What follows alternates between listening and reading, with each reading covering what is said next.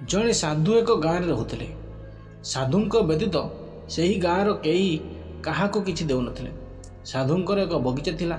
जदि कौन व्यक्ति निकट को आसती से बगीचारू फल आनी खाइबा को फल दियंती एवं लोकंकु से रखिथिबा गाई क्षीर मध्य पीवाकु दियंती। साधु जहाँ कहती ताहा सबुबले सत होइथाए।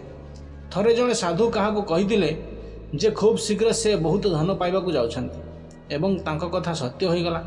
तापरे दिने से ही साधु जन को कही जे आज राति तुमर घर छात भुशुड़ाक जाऊँगी। से ही व्यक्ति साधु कथा मानि घर बाहर रहिले। साधु कथा पुणी सत्य होला। परदिन छातटी भुशुड़ी पड़ा। वर्तमान समस्त विश्वास है जे जड़े साधु जहाँ कहती ताहा केबे भूल हुएनी। सही गाँव में एक अनाथ आश्रम थिला। आश्रम पिला माने रहिया पाई भल घर नथिला। एपरिकी दान आसुनथिला। सेठारे थिया पिला माने खाद्य एवं पोशाक आवश्यक करुथिले मध्य सबुथिरे अभाव रहुथिला। सेही गाँवर लोक माने किछि दान करिबाकू इच्छुक नथिले। एपरि परिस्थिति रे सेठाकार राष्ट्रपति साधुंक निकट को जाई अनुरोध कले, हे सन्थ महात्मा, आज पर्यंत आपण जहाँ कहती ताहा सत्य होइछि। मु तुमको अनुरोध करुछि, तुमे केवल कह जे 3 दिन पर पृथ्वी शेष होइजिवो। साधु कहले, यह किपरि होई पारे?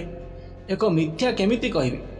एहा परे व्यक्ति कहिथिले, मु जने सम्मानित राष्ट्रपति, किंतु तुमर गोटिए मिछ अनाथ आश्रमर अनेक पिलांक जीवन रक्षा करि परिबो। साधु कहले, मोर मिछ कहबा सहित पिलामानकर कौन संपर्क अछि? किंतु जदि तुमे भाबुछ जे मिथ्या कहबा द्वारा पिलामाने खाद्य पाई परिबे, तेबे मु खुशी रे एहाकु ग्रहण करिबि। परदिन साधु जन को कहिले जे 3 दिन रे पृथ्वी शेष होइजिवो। एही खबर समग्र गाँव में जंगल निया परि व्यापीगला। समस्ते जानिथिले जे साधुंक कथा केबे बेले भूल हुए नाही। साधु कहिथिले जे 3 दिन भितर जल स्थल भाग को माड़ी जिवो। यह जानी समस्ते मंदिर प्रांगण में एकाठी होई प्रार्थना करने आरंभ कले। गोटे दिन पूर्वर अनाथ आश्रम सभापति मंदिर पुरोहित को भेटी तांको सबकिछि कहिथिले। मंदिर पुरोहित कहिले जे जदि समस्त को मरिबाकू पड़िबो तेबे दान देवा परे काहींकि मरिबे नाही। यह शुणी समस्ते निज घर आड़ को दौड़ी गले। जीए जहाँ पाइला ताहा दान कला, खाद्य, टंका, पोशाक इत्यादि। अनाथ आश्रम जहाँ दरकार दान कले। तापर 3 दिन सरीगला, कौन सी विपर्य घटी नथिला।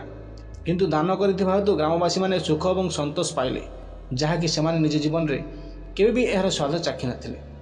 सही दिन परे सेठारे थिबा लोकंक मध्य एक परिवर्तन आसिला एवं सेमाने सेमानकर दुख छाड़ीदेले। सेमाने निस्वार्थपर दानर स्वाद चाखिले।